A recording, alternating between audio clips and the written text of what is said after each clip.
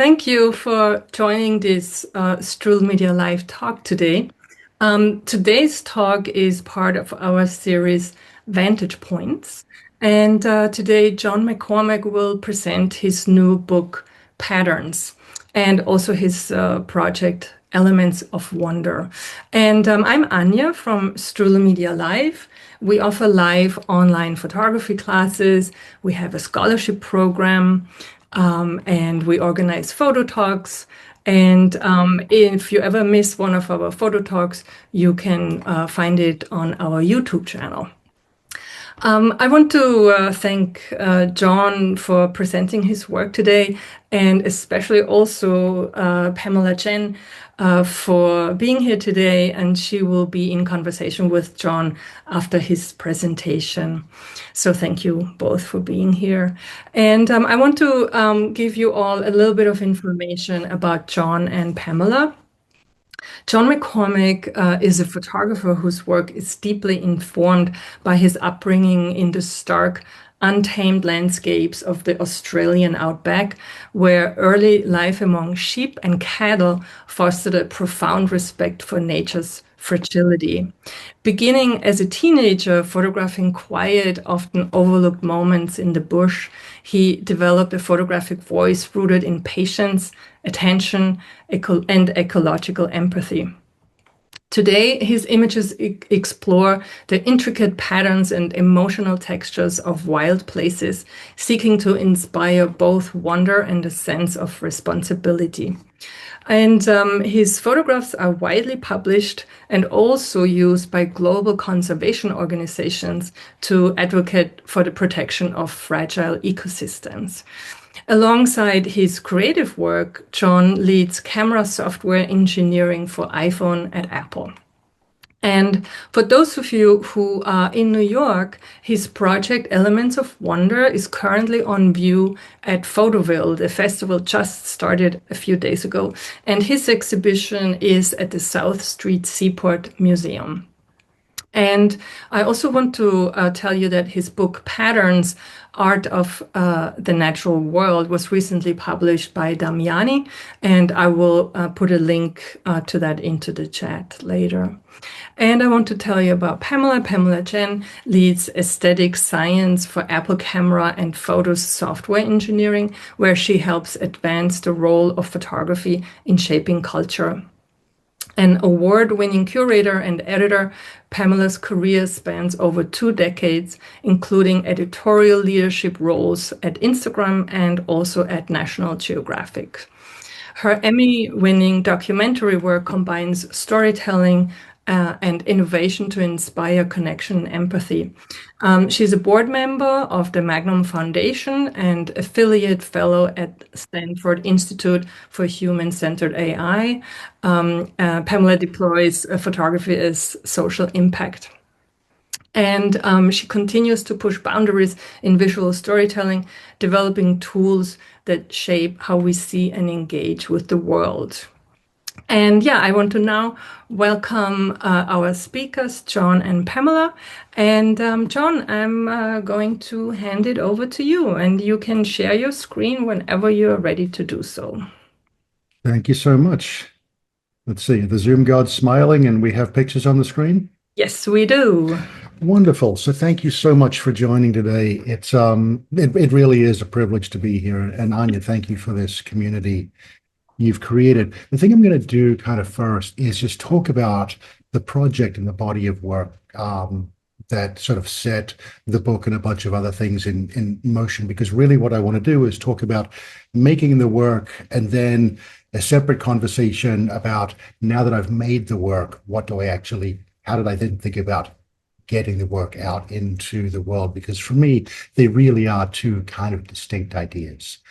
So this project really got started during the pandemic, and we all remember that time where the world just kind of stopped and the rhythms of our daily life dissolved. And I think probably a lot of people on this call, I just felt suspended, and photographically my work just halted, my ideas evaporated, and my poor camera just felt like it lost a friend. It was just sitting in a closet, being lonely. And at some point, I think maybe out of boredom or a desperate need to leave the house, I just started walking this local beach every evening. And out of habit, my camera came with me just because it always does. And at some point, spending time on this beach, I wondered what it would be like to set myself a personal project to just photograph the single beach for an extended period of time.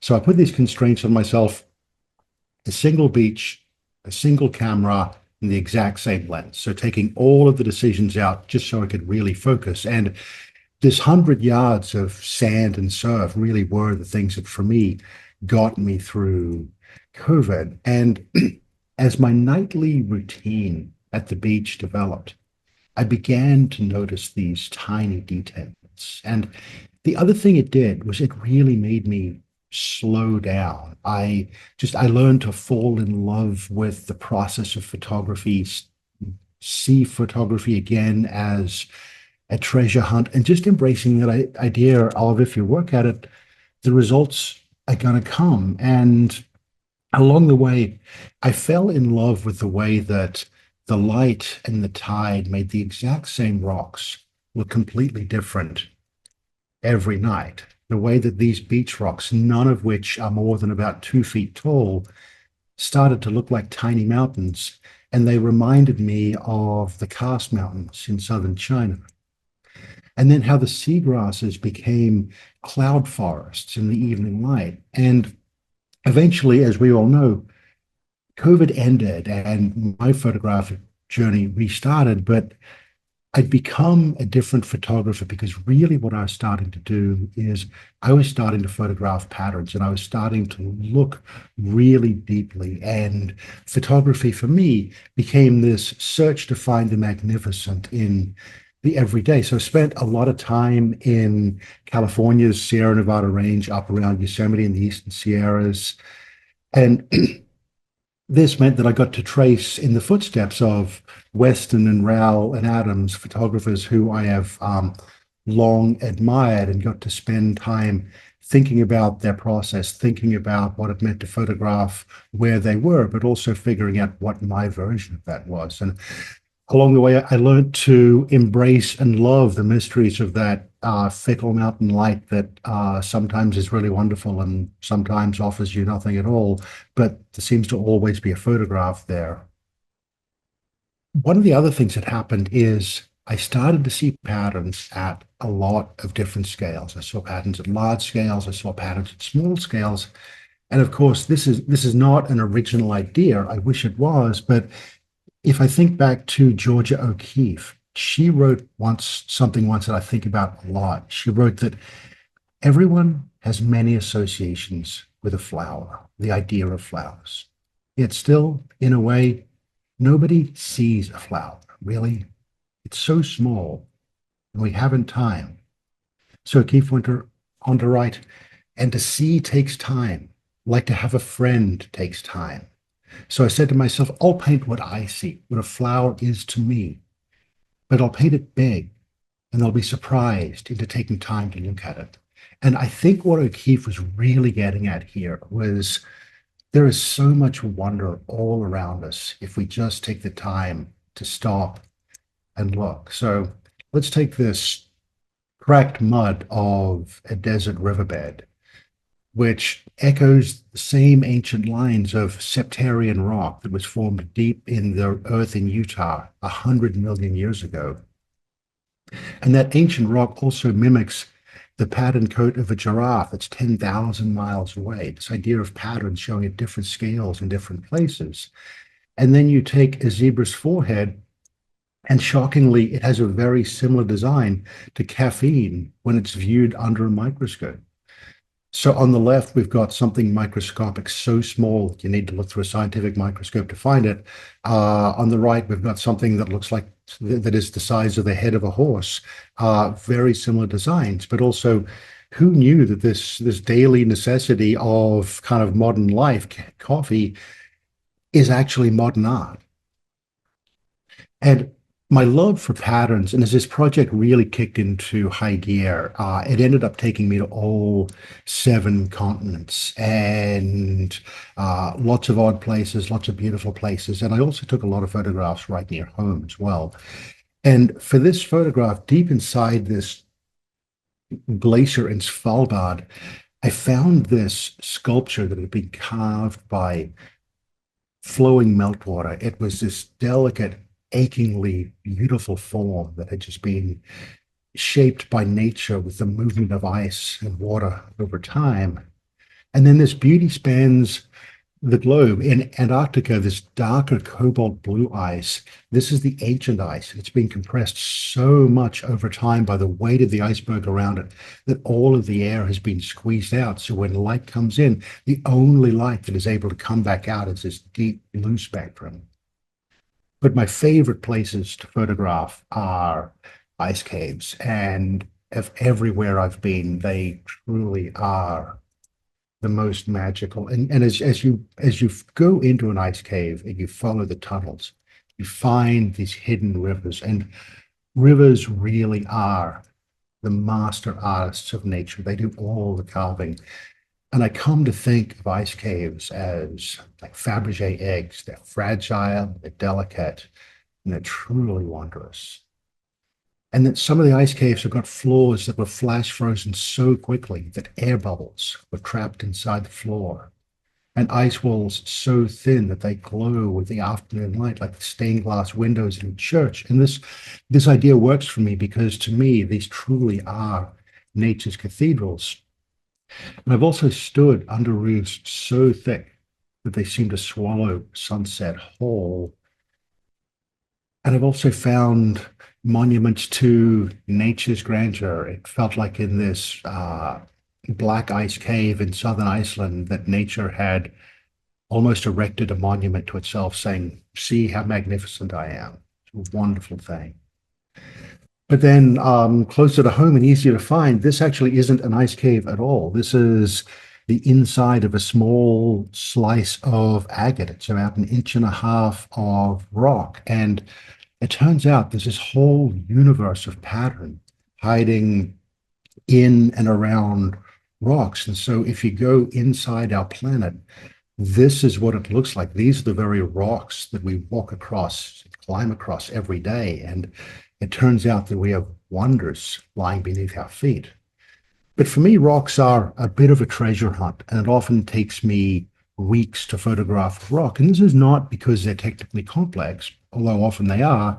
It's that I need to spend time with a rock and get to know it. And it really is a matter of searching and waiting for the story to unfold, like with this rock, where eventually a tiny mountain with a snow-capped peak revealed itself to me in this slice of agate. But sometimes the composition is obvious and speaks to mathematics on display in nature. And some of you are going to run screaming when I say things like Fibonacci spiral or logarithmic curve, because it's going to take you back to grade school math class. But nature, the master builder, puts math to good use. It turns out that this spiral was the most efficient way for this ammonite to build a home 400 million years ago, and it's still the design of choice for South Carolina sea snails today. And the ocean I find to just be full of incredible design. And this is the smallest thing I've photographed so far. Now, to be fair, it is less than the width of a human hair, so I should zoom in. This is a tiny little creature called a diatom. It's a single-celled animal, and it's got a skeleton made of glass. And in the ocean, there are thousands of them in every teaspoon of water. They are everywhere. And it turns out that's a really good thing, because 20% of Earth's oxygen comes from diatoms. Think about that. 1 in every 5 breaths we take is a gift from these tiny ocean-going jewels. But as amazing as small animals are, larger animals are pretty cool too. And sometimes you just need to look a little bit harder, ironically, because, well, the face of a vulturine guinea fowl really is pretty hard to love. But if you're willing to get past that face, you're greeted by this curtain of feathers on its chest. And then as you go back towards the wings, it seems like this design came from just a master weaver's loom. And then, of course, there's the show-stopping beauty of crown cranes that always stuns me. And I'm in awe of the volcanic beaches of southern Iceland that look like they've been painted with a giant paintbrush with all of these mineral colors. But going back to O'Keeffe, one of the things that I've become really interested in is when patterns echo across different scales. You've got the same pattern at different scales or very different places. So if we take this octopus, which was sitting 100 feet down in the ocean in British Columbia, but then if you look at its skin color and texture versus a hibiscus flower that came from a friend's garden, it's a very similar pattern, it's a very similar texture. Or this stand of aspen trees that echo the beach rocks on Western Beach in Northern California, both in color and in form. And then you take the lily pads in the Okavango Delta and the trees, which when you see them from the air create this tapestry. And even as you zoom out, this tapestry scales and becomes something different as these hippo trails come into view. And then if you look at those trees and sort of abstract them, you realize that the trees also start to look a little bit like water droplets shaking off this grizzly bear in northern Canada. And then those water droplets are again echoed in the white fur of a juvenile bear in the same area. Or the colors and shapes of this stone in Utah are the same colors and shapes that paint the high mountain forests of the Eastern Sierra. Or the shape of this humpback whale tail, which is attached to the largest muscle in any animal in the world, is actually the same form and structure as the back of a rainbow scarab from a little beetle from Kansas. So massively different scales, very similar forms, which I've come to love. And then sometimes you have patterns that just change in front of your eyes. And this is a lake in southern Kenya. It's one of my favorite places to photograph in Kenya, and it's Lake Magadi. And a couple of interesting things about the lake. One, it and its sister lake, Lake Natron, are home to about 2 million flamingos, so there's always birds to put against your patterns. But also it's a soda lake, so it's alkaline. And as the temperature and the concentration of the water changes throughout the day, the color changes because the algae will turn color and can go from yellow to green to blue, all in the same day. And so at some point, and this was a 5-year project, 7 continents, I realized that I had enough images here that I actually had a body of work that in my mind really said something. And the key message that I was trying to talk about was, nature really is a pretty spectacular place. And if we would just get outside and see it and spend more time in it and look more closely, maybe we would also fall in love with it, and maybe we would start to care for it a little bit more. And so then I had this question. I had this body of work that felt really good. And so then it was a question of, well, what do I do with it? And that's what the body of this talk is going to be about, of kind of taking that body of work and then turning it into a larger thing, because this body of work turned up in a book project. So we'll spend a bunch of time talking about the craziness of making a book. Ended up doing a number of gallery shows. Naively thought that a book in a gallery would be easier to lay out. I'd never done them before. And so it turned out that I had no idea what I was talking about. Ended up getting a bunch of magazine articles, which was also a really interesting thing, because I photographed for one specific magazine for a long time, but then coming to understand the different points of view required by different magazines, because they come with different audiences. And then a number of talks, both online like this one and live as well. And the thing that all of these taught me was that the photography for me was actually the easy part. I've been photographing for 40 years, so I've got a good intuition for it. The thing that I didn't have a good feel for was exactly how I would go and take this photography out into the world. And so that's the process that Pamela and I are going to start chatting about now, to just kind of what does it mean to take some big project like this and go and share it with the world in a way that actually makes sense and serves your audience. So I'm going to pull the slides down now, and Pamela, shall we start chatting? Yes. Oh my goodness. Thank you so much, John. And hello, everyone. It's always such a pleasure to see you go through the story of the work. One thing that I thought we could start with is just, you mentioned at the very start of the talk that you started seeing patterns while you were photographing in a place that was very close to your heart, the coasts of Monterey. Mhm. I'm wondering at that point, were you already thinking that this could be a book or a Absolutely show not. or a No, and I was really just honestly looking for something to photograph. But the thing that happened that was really interesting was I used to be one of these sort of frenetic photographers that like was always looking for the keeper, that every time I went out, I had to come back with a great image and had to come back with a great image. But because I kept going back and back to the same beach every single night, I think I've been there over 200 times.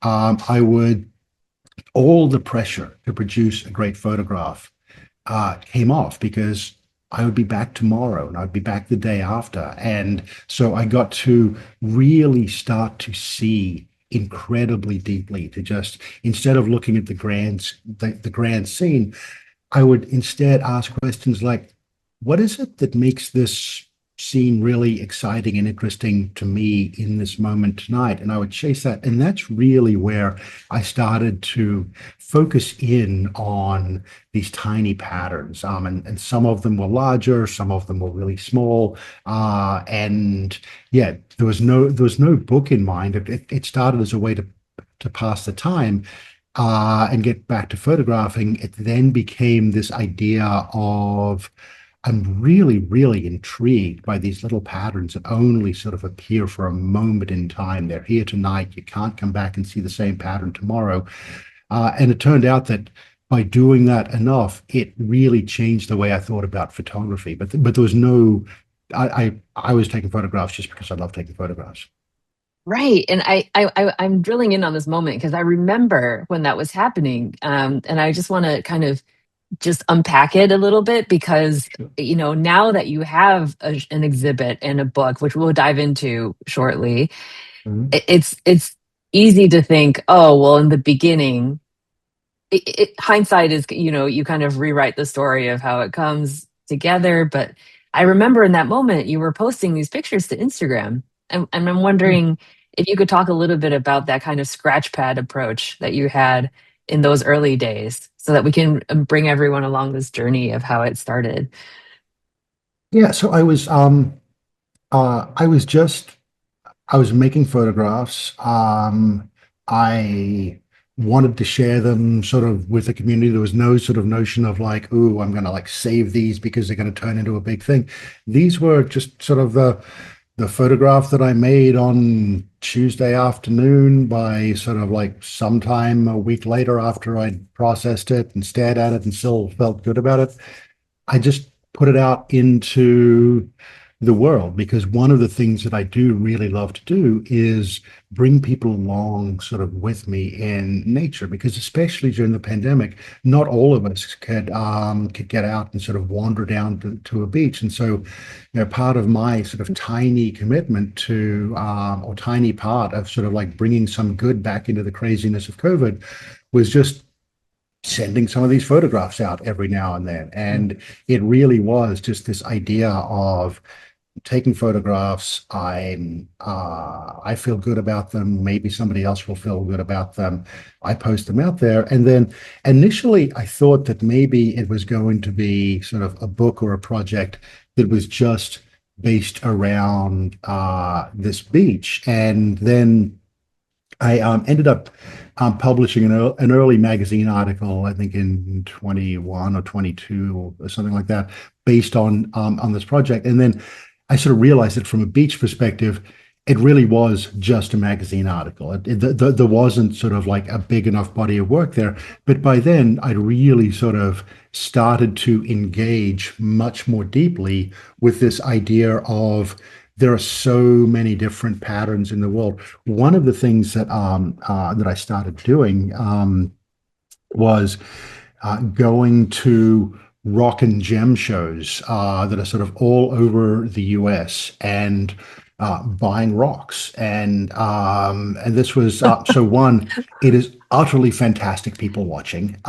because like sort of I would go in sort of I'd walk Wait, up to hold somebody and on. Can you connect yeah. some dots? Because we just went from COVID photographing the beach to rock shows around the US. Yeah, so What's the I was looking for other pattern things that I could photograph because I was really exploring this idea of patterns and what could I find in terms right? of patterns to go photograph. And so I Bill Atkinson, who was a photographer in the Bay Area for a long time, had once done a project on.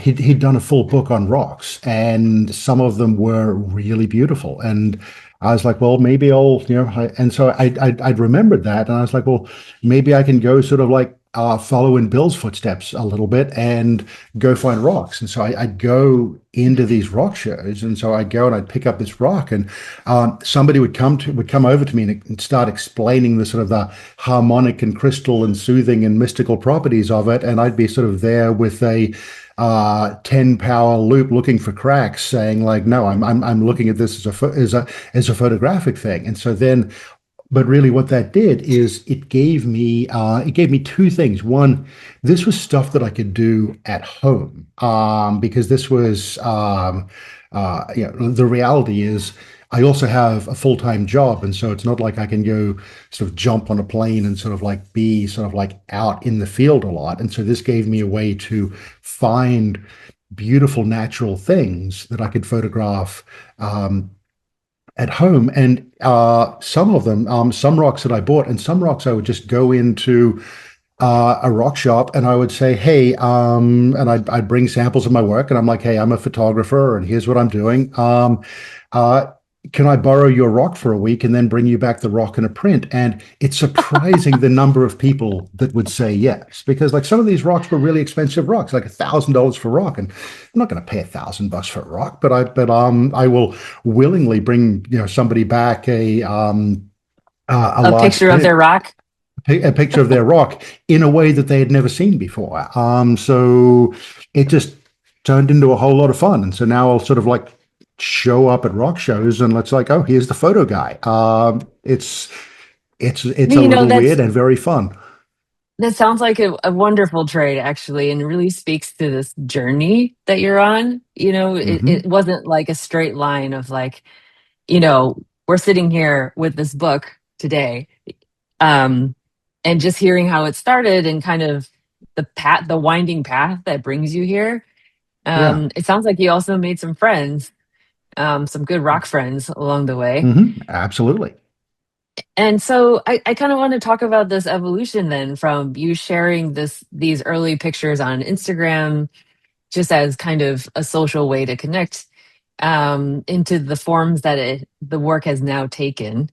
Um, you've mentioned before, you weren't quite sure about this part. Now that you have some of the pictures, you have an idea.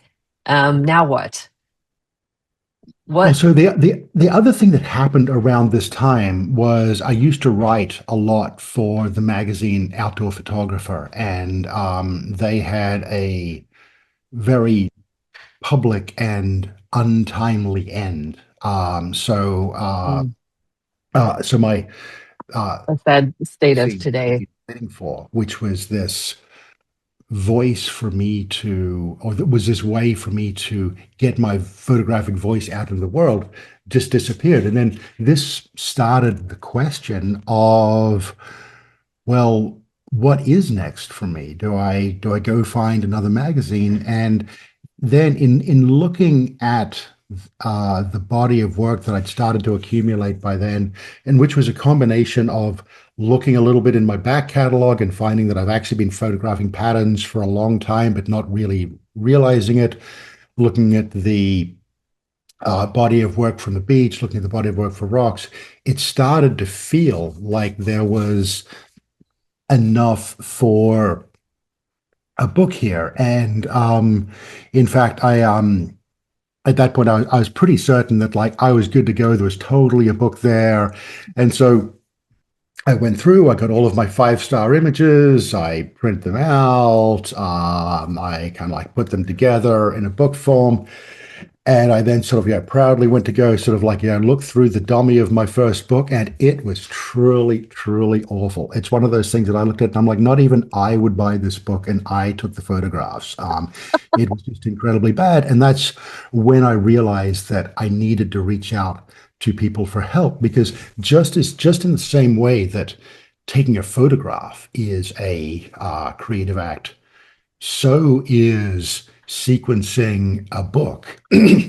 So is doing a magazine, doing a talk, putting an exhibition together, because they're all very different audience experiences. And that's one of my really big lessons here as I think about my photography, which I really think about myself primarily as a visual communicator, a storyteller who's got something to say about nature. A really key part of storytelling is asking who your audience is and what's actually going to be meaningful to them. Okay, I'm not going to. oh, sorry. I'm gonna pause you for a second because you said something that I think is really a really good topic to drill in on. You mentioned you put your 5-star pictures in. This Yeah. idea of your 5-star pictures, basically your favorites, or the Mhm. ones that you're the most proud of, maybe the ones that you worked the hardest for and came out okay. Um, why do you think why do you think it wasn't a book, your favorite pictures? There was um, there was no. It felt very one note. It was just one big charismatic Mm. image after another. And imagine if you went to a night out at the symphony and it was just this really big music, sort of like, all the way through the night. It would be exhausting and you would go on no journey. It was the same kind of idea, like flipping through this book.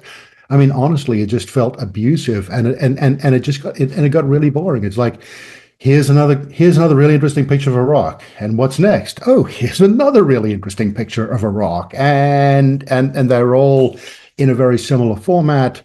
Um, and yeah, and it was fundamentally boring. It was fundamentally sort of um, not storytelling. It was, here's a bunch of my pictures. You should look at them because they're amazing, as opposed to, I want to engage you and I want to tell a story. And then sort of getting connected into the book world. The most important thing that anybody ever said. Denise Wolfe, who was a longtime photo editor for Aperture, helped me or did the initial layout work of the book. And the thing that was interesting about what she said is, when you do a book, every time somebody turns the page, there's got to be a surprise there. It's got to be unexpected, because people are going to want you. You want people to want to turn the page to go, what's next? Now, the thing that's next, it can't come out of nowhere. It can't be this like crazy surprise and just like, where did that come from? People need to be able to go like, oh, I see what you're doing here. I understand how you got from there to there, but the place that but the real key of building a book is thinking about somebody's journey of going through this book, and that idea of turning the page, and that's just this physical experience of the reveal and really embracing that. And sometimes you want to go from this like really high moment to something more peaceful and something more gradual, and then you want to like stay in the peaceful bit for a while before you come up with some more charismatic images. It's just not something that I'd ever thought about before. Such a beautiful analogy. And I guess I want to clarify too, though, it doesn't mean putting in pictures that aren't good, right? You still have this vision for the work you want to Yeah. put out.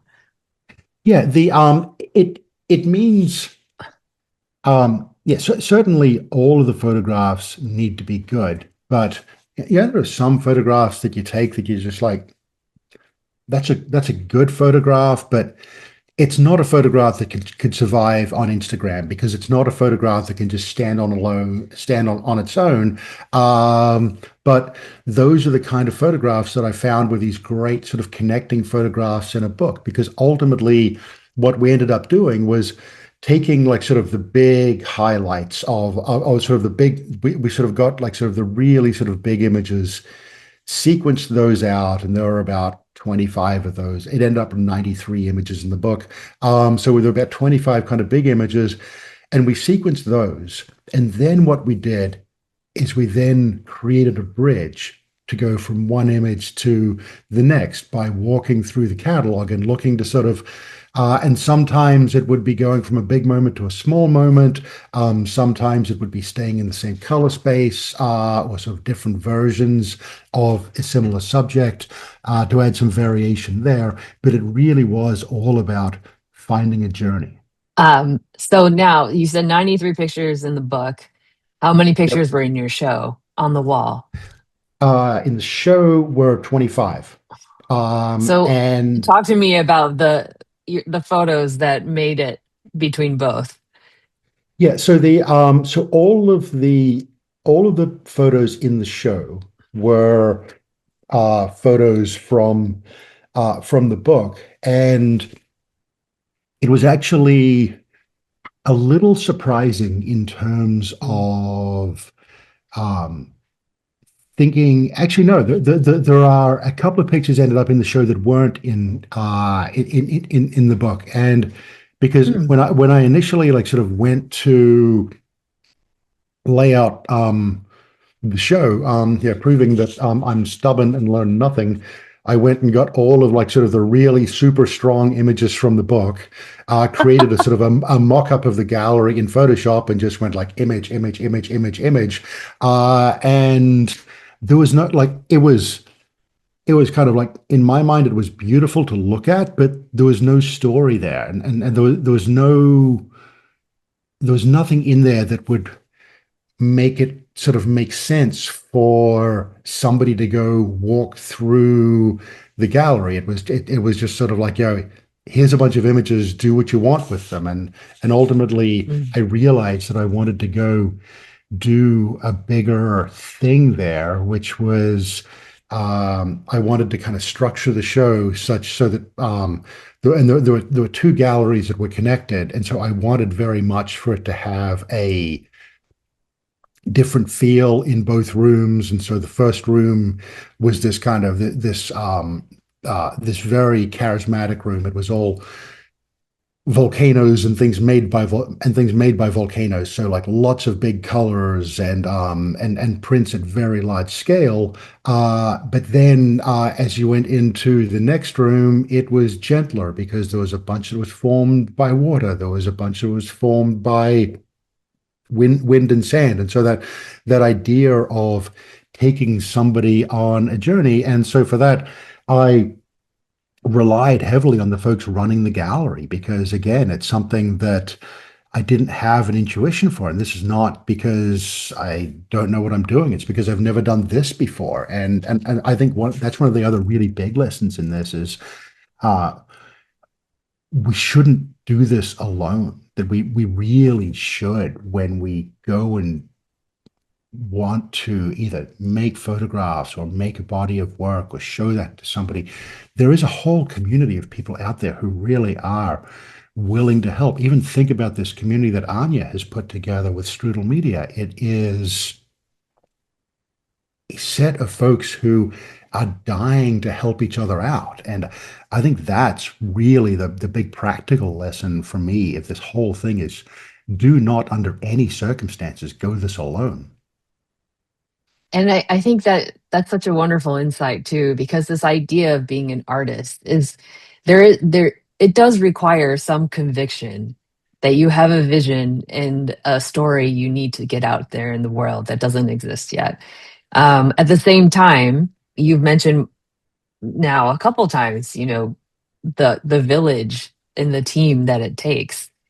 Can you talk a little bit about what that was like? This like balance between working with a team and also, wonder like questioning what part is when are they right and when are you right when you disagree? So, so one thing is it is incredibly humbling because one of the things that I had to do was basically admit failure, like because I'd gone and I'd created this book and it was horrible. And so then there was this question of what do I do? And of course, like sort of as artists, we've all got the inner demons that says, the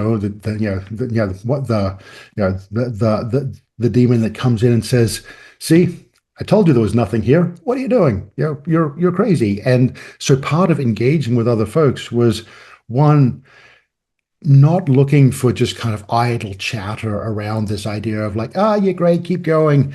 The idea of getting feedback from folks of, yes, there is actually a thing here and it is just not done yet. And there's a lot more work to do. And so one of the things that happened was it was also a call to go keep photographing. Stephen Wilkes, who was on this call, I showed an initial version of the PDF to him. And fundamentally, his thing was there's a strong idea here, but just go keep photographing, go keep doing what you're doing, and don't worry about a book. Just go keep creating this big body of work. Keep your standards high, and the book will come. And so it, again, looking back, it's this idea of being incredibly vulnerable. And as artists, we are all vulnerable because when we show our work, we're sort of like ripping our chest open and showing our heart, and giving somebody the opportunity to stomp all over it. But it turns out that most people don't actually want to do that. Most people, when you go to them, are just like, hey, I genuinely want to give you a hand. So I want to keep talking about all of these things. I feel like we could go on for a while. I do see questions starting to come in, and I know Edward is here to help facilitate those. Shall we move to Q&A? That sounds fun. Yeah, All so right. we have a question from Mariam, and she says, in the book, do you think that photographs tell the full story, or do they still require explanation, like additional text for the viewer? And to what extent can sequencing replace explanatory text? Miriam, that's a really good question because initially I had struggled with the idea of captions, that whether I did captions at all, whether I did that thing that you see in a lot of books, which is you see kind of thumbnail prints of the images in the back of the book with longer captions beside them. The thing that I wanted, though, and ultimately settled on doing small captions, is because a lot of these things don't necessarily stick out to you what they are. Like you look at sort of the caffeine under a microscope. It's impossible to have any idea what that is. And so I want somebody to be able to very quickly orient themselves and go like, oh, I see what that is. Or now at least I know what that thing is. But I kept the text deliberately very small so that the first thing that you would do is go look at the image and embrace your curiosity and spend time with these patterns. And then at some point in that voyage of discovery, you'd go reach over to the caption and you'd sort of bank that away and then keep going. So I think that was helpful. Sequencing, I think, is helpful. It's obviously helpful in allowing somebody a way to go navigate through the book. I don't think it necessarily takes the place of captions. I think what can happen though is with this book, and this was really intentional, I wanted it to be a book that people could engage with at a bunch of different levels, everywhere from, and I love when people talk about families going through this book because the kids aren't reading the caption. They're just going like, that's a crazy picture and that's fun and that's fun. And then other folks are reading the captions and going like, huh, that's kind of crazy. And then other folks are looking at the image, reading the captions, and then Mm. pulling out their phone or their computer to go and find it a little bit deeper. And I very much wanted to do a book that engaged folks at a number of different levels because I didn't want to go and create this pretentious art book or this textbook on nature. I wanted to build a book that more than anything else, people would just enjoy.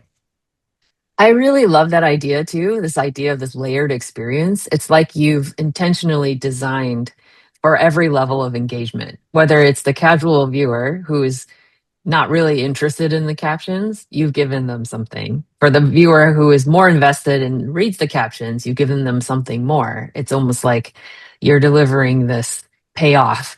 Like the more you invest in the story, the more story you'll get. I love the way that you speak about that. Do you feel like it's true for from in your online, how it shows up online versus exhibit versus book? The exhibit, I did something very similar, small captions Mm. next to all of the images. Uh, Online, honestly, I really struggle with because, especially because a lot of my photographs are around texture and detail. They often don't play well on Instagram. So, for example, probably half of the images in the book have never shown up on Instagram because they just don't fit there. Instagram needs, because you only see it in a what, 2.5 inch by 1 3/4 inch rectangle or something like that. And so I I do I have a complicated relationship with social media. I'm in the photography world, so I have to be there. I also don't see it as a particularly useful communication tool. And that's why one of the things that I found really exciting was being part of this Photoville exhibit, because with the Photoville exhibit, that's an outdoor exhibit, and we put it very deliberately down near Wall Street, just at the Seaport Museum, just off Wall Street in New York. And the reason for that is I wanted to sort of catch people when they were going to and from work, or they'd had a bad day at the office and they were just wandering by. But the images are on these 5 foot by 5 foot panels. And so they are actually able to be sort of like pretty big. And so in terms of reaching an audience now and thinking about where my work goes, I really am primarily interested in public spaces, maybe museums, because I want people to see the work and engage with the work. Because the other thing that happens here is, and this is something that I certainly didn't understand coming into the project, but this idea of uh, how our brains interact with natural patterns and the calming effect and the regulatory effect that natural patterns specifically have on the brain, even if they're photographs of natural patterns. And so putting those out in the world as much as I can and as big as I can really has become my primary focus now that the book is well on its way. Speaking of the book, Jack is saying that he finds the book stunning, and congratulations. He's new to photography, and his question is he says the iPhone has gotten so good with up close images. Were any images in the book captured on iPhone, or did you have a preferred camera setup to capture the comparison images between subjects? So it turns out that when I finally counted it all up, there were, I think, 8 different image cameras, including iPhone, were used in the production of the book. And typically, I'll think about the subject first. So if, for example, if the size of the subject is less than the size of a human hair, I'm using a scientific microscope because nothing else is going to do that. Versus all the way at the other end of the spectrum, if the subject is at the end of a 6-mile hike across Death Valley, I will absolutely try and just use my iPhone because that's just a whole lot less gear to carry. And so the iPhone, to your point, has gotten good enough that you can use it in a lot of places. There are some technical things that it just wasn't appropriate for, but I just increasingly look at it as one of the pieces of gear in my kit. And then the question is, if I want to take a photograph, what is the minimal amount of gear that I can take to go make this photograph? Um, Thanks. We have another question from Juan. This project is fascinating. Thank you for sharing your process and congratulations on the book. I'm wondering, as the project has a very strong abstract quality to it, with one word that sort of captures it all, how did the story emerge or get decided from the abstracted photographs? Yeah, there have been the patterns books around for a long time, and the seminal patterns book is Ernst Haas's book, The Creation, and that's a phenomenal book. And ever since then, every couple of years, there's a big book on patterns comes out, and one of the questions that I was struggling with was how to both differentiate him at my book, but also make it more interesting because so many of the other books had been organized as here's the section on circles, and here's the section on straight lines, and here's the section on spirals. And it just became really repetitive. And so then the the thing that sort of started to crystallize as I was thinking about the book was this idea of wonder, this idea of that really what you're seeing when you're looking at patterns in nature, are you just looking at these wondrous things? And so that then sort of created this like overarching idea of wonder. And then that single word, wonder, didn't have that was the thing that all of the storytelling came from. How do I take this set of images and get them to a place where they can communicate wonder as laid out in a book? And so it came from like sort of stepping back, distilling everything down to what this body of work really meant to me, and then putting that at the core of the rest of the project. And same with the gallery shows, that when somebody walks through the gallery show, that very intentionally, by the time they get to the final to the far end of the gallery, there is this 90-inch by 60-inch nighttime landscape sitting on the wall in front of them, confronting them with this idea of wonder, because the only light in the scene is it's lit by light from the Milky Way that's traveled 25,000 light years to get to you, type thing. And so this idea of like bringing people into the state of wonder and maybe even awe, that has become the thing behind certainly the book and certainly the gallery shows. There is another question in the chat, but I wanted to also give our audience an opportunity to ask a question directly in case anybody prefers to do that. Otherwise, Edward, the next question, please. We only have a few minutes left, so we can do, I think there are two more questions in the chat. Yeah. I think those will be the last two. Okay. So Mariam is saying, you said that seeing takes time. How can one train themselves to see? Do you think that people's perception of time and the ability to slow down were different during COVID? Would it have been possible to create the same project in regular times?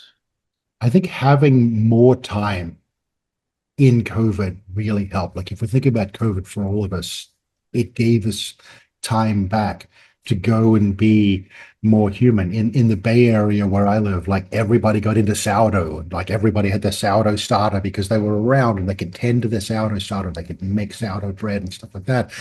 So I think it really helped in slowing down enough to be able to take time, because O'Keefe is right. To see does take time. The other thing that I would say is just get off your phones. The idea of letting yourself be in nature. There's a really interesting thing happens from a neuroscience perspective when you engage with nature, where you look at these patterns, your brain's reward system actually kicks in and you get a dopamine hit from it. And so what happens when you get a dopamine hit is you just get that little sense of euphoria. And this is really, in my mind, what it's all about, is drawing people into that. Then on the contrary, when we're doom scrolling Instagram and like where dopamine is being used the wrong way, it's being used to flick to the next thing and flick to the next thing and flick to the next thing, instead of slow down, look at something even as simple as a tree and the branching structure of a tree and the beautiful waves. Just watch everything slow down, be there, just stay there. And you will feel your mind just start to change. You will feel the chaos start to go away. I don't know about everybody else, but certainly when I spend a embarrassing 20-minute segment doom scrolling Instagram, I do not come out of that feeling relaxed and put together. I feel like that I'm a substandard human and I'm missing out because everybody is, of course, putting their best selves out there. Much rather spend that 20 minutes out in nature, looking at something interesting, but also as part of that, taking time to see. And then that idea has really informed my photography as well. Pamela, did you have any other questions for Jon? Well, I mean, it's been so inspiring to see the questions that are coming in. And Jon, thank you so much for sharing the insights in behind the scenes at what is such a beautiful, polished, and successful project. You've taken us on this journey from the early days through the screen to the page to the wall. And I think there are so many jumping off points that you've inspired people to think about today. Do you have any closing thoughts for us? Yeah, my last thought is photography is a skill that we have, but the thing that we're doing is we're talking to people. We're using our photographic voice to talk to people. And so at the core of every project and every body of work, I think sits that core question of what is the thing that you are uniquely trying to say? What is the thing about this subject that you want to go tell the world? And sometimes that'll take time to evolve. Like for me in this project, it was like, ooh, patterns are pretty. And then, ooh, there are lots of patterns. And then it turned into like, oh my gosh, this world is a wondrous place. Let's all look after it type thing. And so that the core of what you're trying to say will emerge over time. But I think it really is important that like sort of as you really get moving in a project to be able to articulate really well what that project is and what you're trying to do. That is a wonderful note for us all. Thank you so much, Jon. And thank you, Thank you so Anya, much. This has been a lot of fun. Thank you. Thank you, Pamela. Thank you, Jon. This was really inspiring. And Jon, I want to congratulate you again. It must have been quite an intense experience to publish your first book and to have your first solo exhibition basically at the same time. I mean, wow. Yeah, I mean, it's I so was hard to. I would not recommend doing that. Yeah. And I want to thank all of you for being here. Also, I want to let you know you can always reach out to me if you have questions about upcoming classes. If you have follow-up questions for Jon, I can forward them. You can always email me at anya@strudelmedialive.com. Thank you, Pamela and Jon. Thanks, everybody. And see you at another talk in the future.